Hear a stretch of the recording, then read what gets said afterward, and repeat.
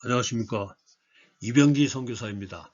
조종사 출신 선교사가 전하는 예수님 이야기 3월 네 번째 주일 말씀입니다. 오늘 말씀 나눌 내용의 제목은 우리가 하나님을 보호하는 것이 아닙니다. 이렇게 정했고요. 성경 말씀은 다윗 왕의 지시에 따라서 백성들이 법궤를 이동하기 위해서 그 법궤를 소가 끄는 수레에 실었는데 소가 뛰기 때문에 법궤가 흔들렸고 법궤를 보호하기 위해서 웃사라는 사람이 손을 대는 장면입니다.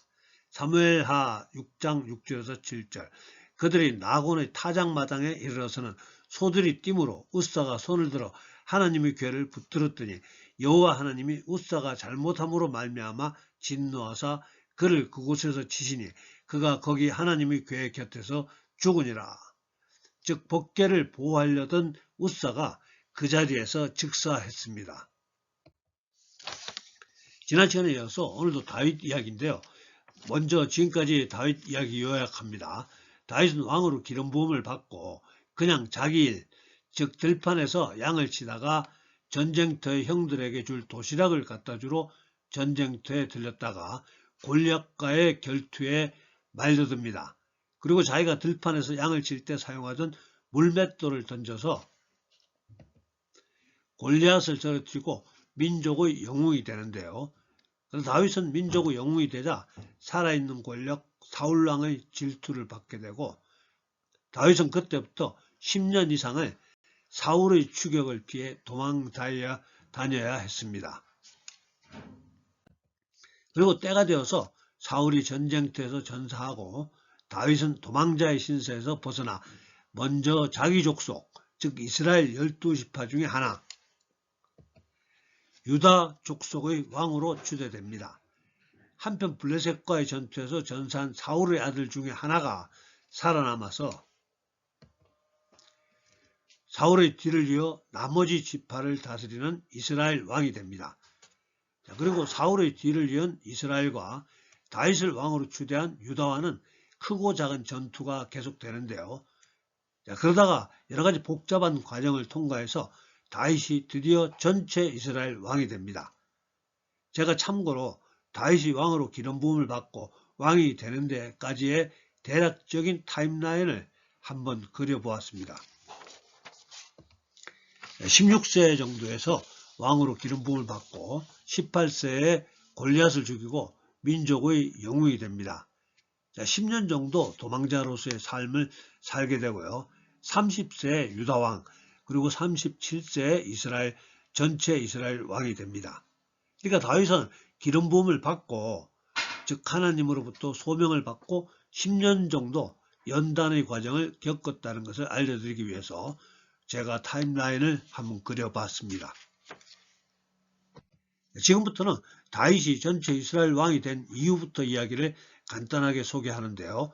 다윗이 이스라엘 왕이 되었다는 소문을 듣고 이스라엘의 대적 블레셋이 쳐들어왔습니다. 그러자 다윗의 반응입니다.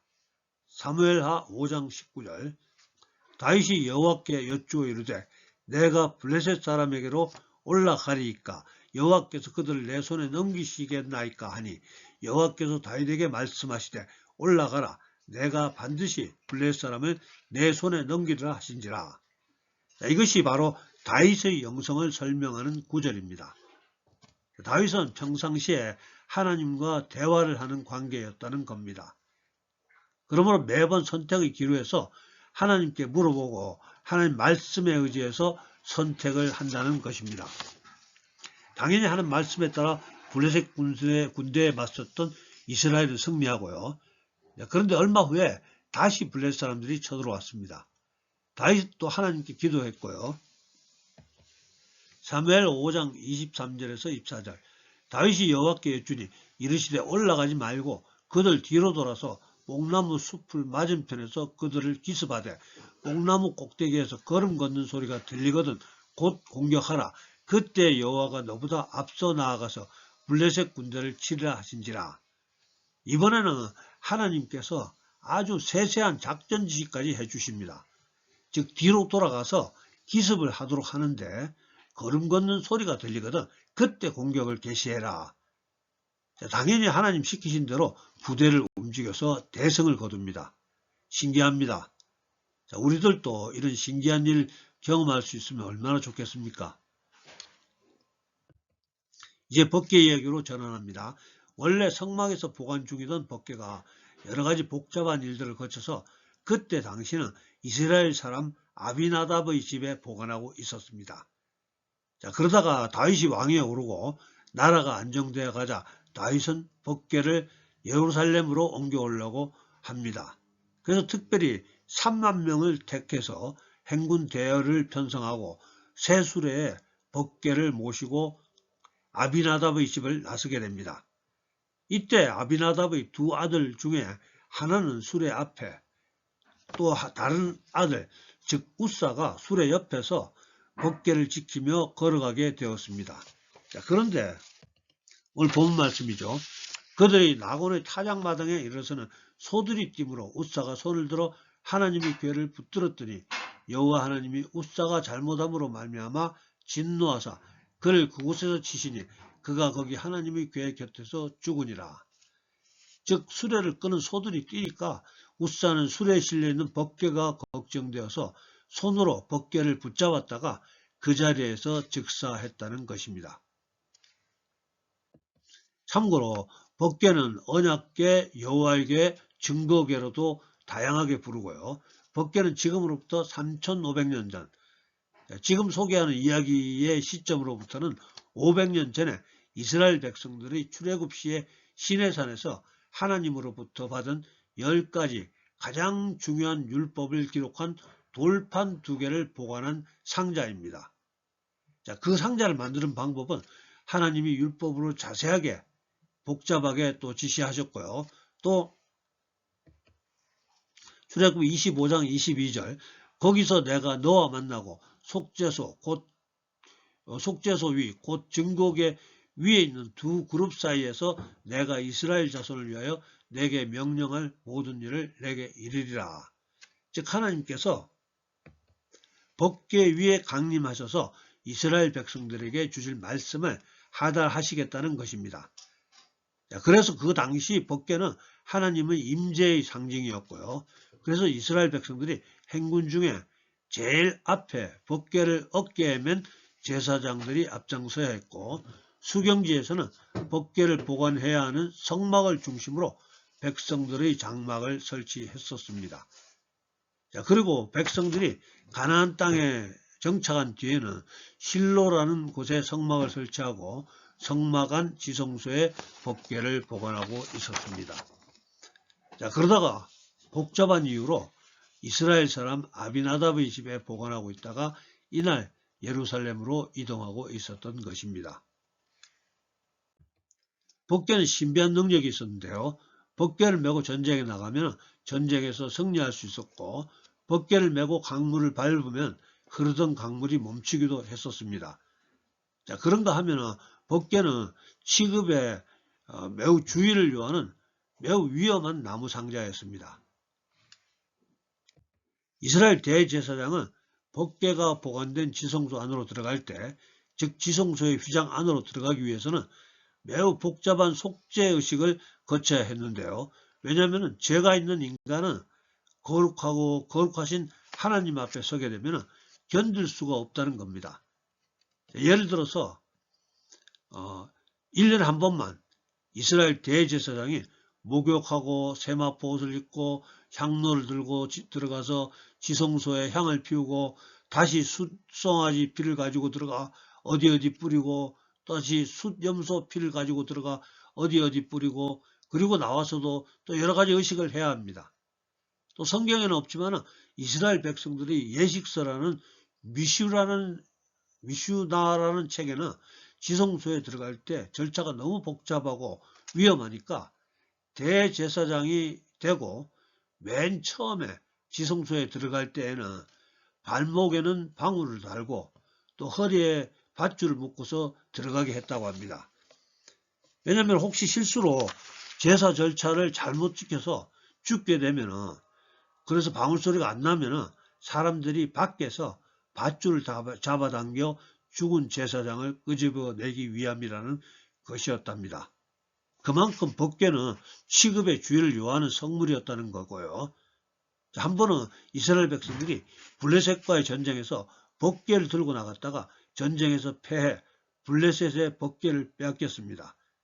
그런데 법궤를 빼앗아간 블레셋이 자기들의 신전, 즉 우상의 신전, 다곤 신전에 법궤를 모셔두었는데요.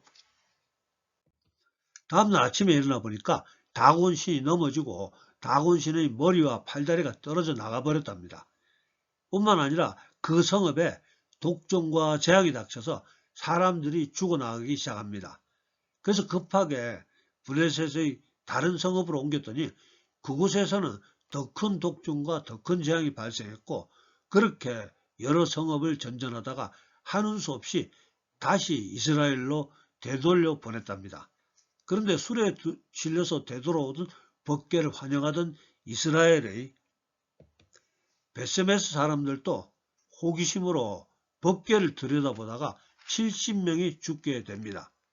그래서 결국은 이스라엘 내의 다른 마을에 사는 아비나답의 집으로 옮겨가게 된 것입니다.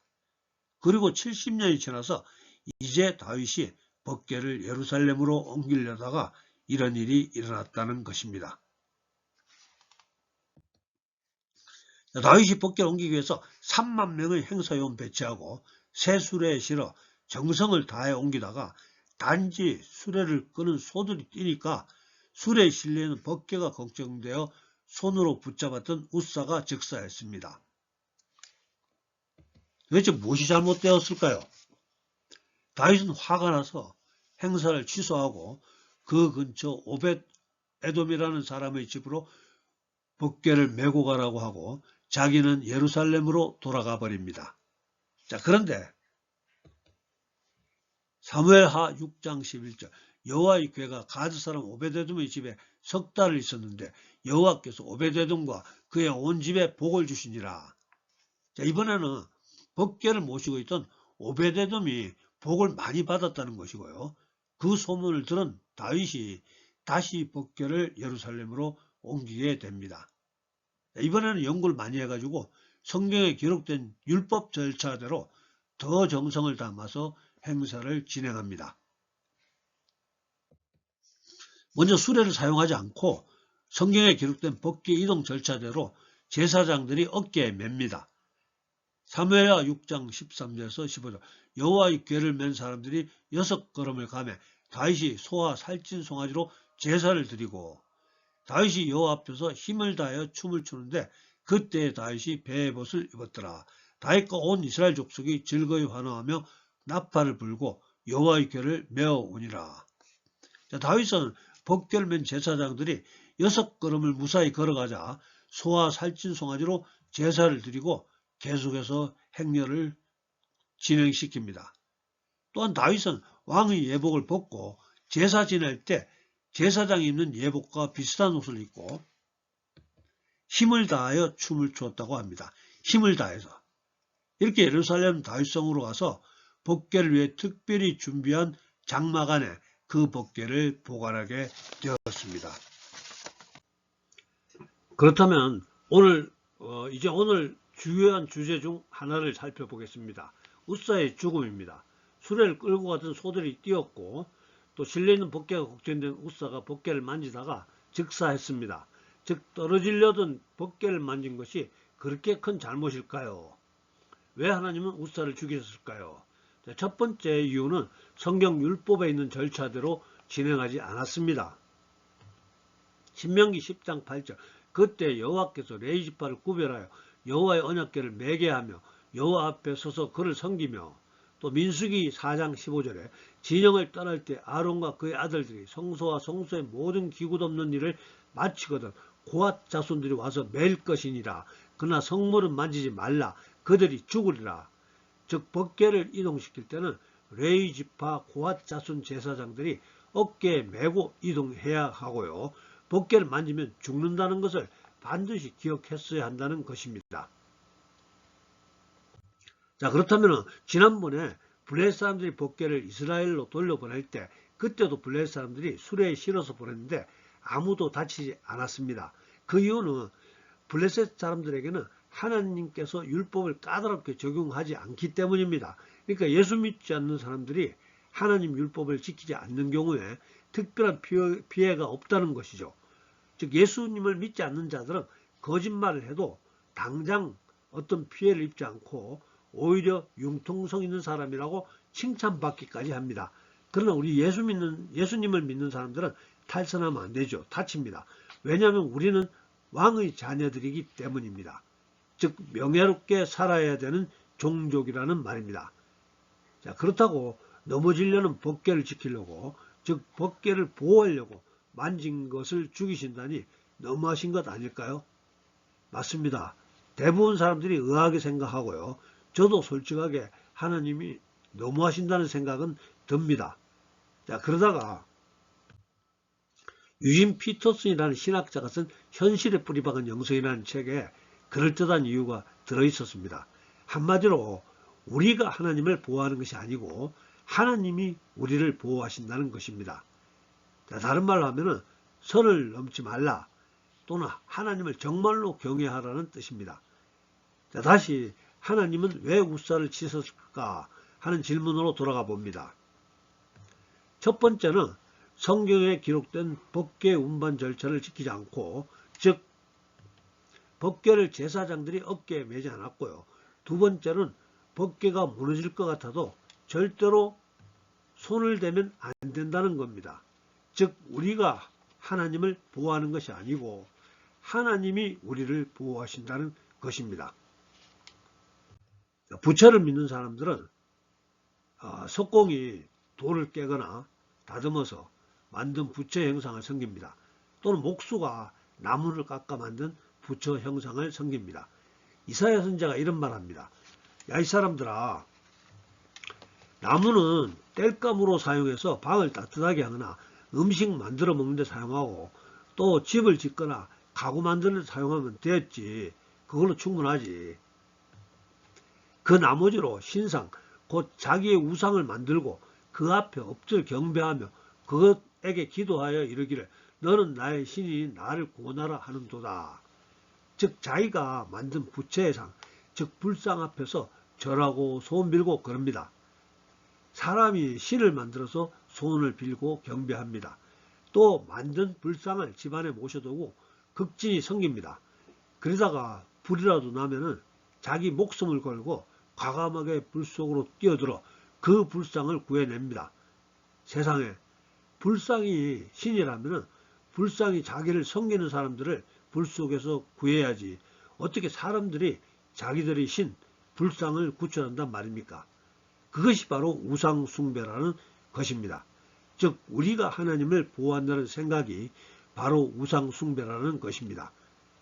하나님은 스스로 자기 자신을 충분히 또 넉넉하게 자기 자신을 보호하시는 분이심을 믿으셔야 합니다. 뿐만 아니라 하나님은 이 세상 모든 것을 통치하시는 분이십니다. 하나님은 능치 못할 일이 없으신 분이십니다. 시편 33편 10절 여호와께서 나라들의 계획을 폐하시며 민족들의 사상을 무효하게 하시도다.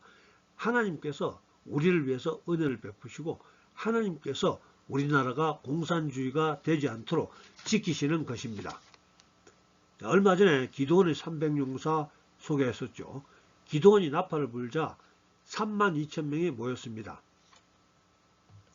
여호와께서 기드온에게 이르시되 너를 따르는 백성이 너무 많은즉 내가 그들의 손에 미디안 사람을 넘겨주지 아니하리니 이는 이스라엘이 나를 거슬러 스스로 자랑하기를 내 손이 나를 구원하였다 할까 함이니라.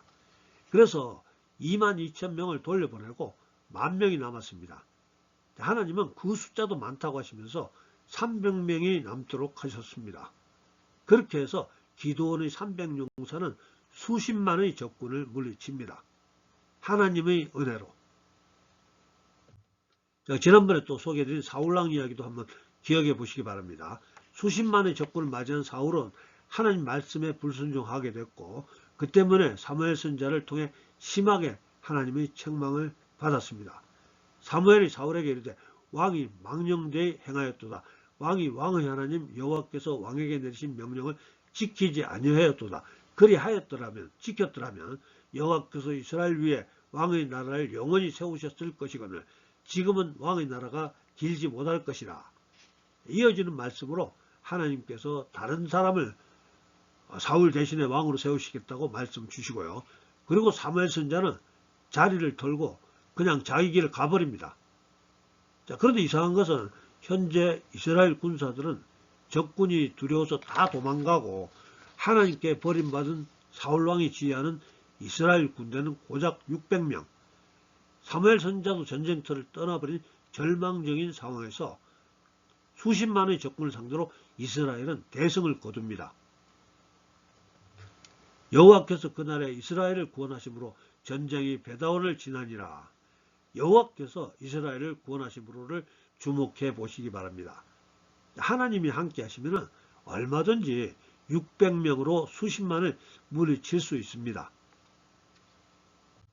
소년 다윗이 거인 골리앗을 상대로 소리치며 달려갈 때 외친 소리 중에 한 부분입니다. 사무엘상 17장 47절 또 여호와의 구원하심이 칼과 창에 있지 아니함을 이 무리에게 알게 하리라. 전쟁은 여호와께 속한 것인즉 그가 너희를 우리 손에 넘기시리라. 즉 전쟁의 승패가 병력이 많고 적음에 달린 것이 아니라 하나님의 손에 있다는 것입니다. 우리가 믿는 하나님은 이런 하나님입니다. 저는 이런 하나님 믿고 여기까지 달려왔습니다. 여러분도 이런 하나님을 믿으시기 권해드립니다. 명성교회 찬양대와 함께하는 시간, 믿는 자에게 능치 못함 없네. 가사를 생각해 보시면서 감상하는 시간 갖겠습니다. 따라 부르시면 더 좋고, 전능하신 나의 주 하나님은 어디서 누구든지 전혀 없네.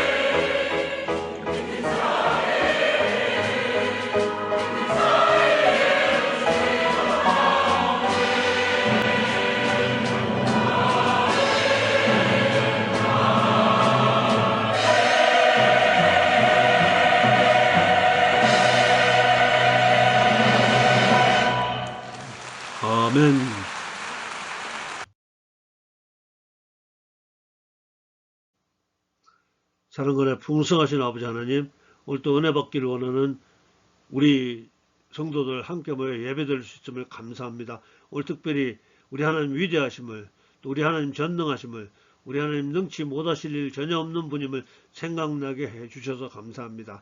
오늘 여기 함께 모여 하나님을 예배하는 우리들 또 하나님의 위대하심을, 하나님의 전능하심을 우리의 삶 속에서 느껴보고 싶습니다. 우리들도 다윗이 전쟁터에서 하나님의 작전 지시를 들었듯이 우리도 하나님의 작전 지시를 듣게 해 주시옵소서. 우리들도 기도원의 300용사가 수십만의 적들을 물리치는 모습을 보게 하여 주시옵소서. 종교 다원주의의 가면을 쓴 이방 잡신들이 예수님의 이름 아래 무릎 꿇는 모습을 보게 해 주시옵시고, 우리 주변의 이슬람 문화가 가까이 하지 못하도록 하나님의 능력이 역사하심을 보게 하여 주시옵소서. 동성애나 동성결혼이 예수님의 이름 아래 무릎 꿇고 떠나갈 수 있도록 역사하여 주시옵소서.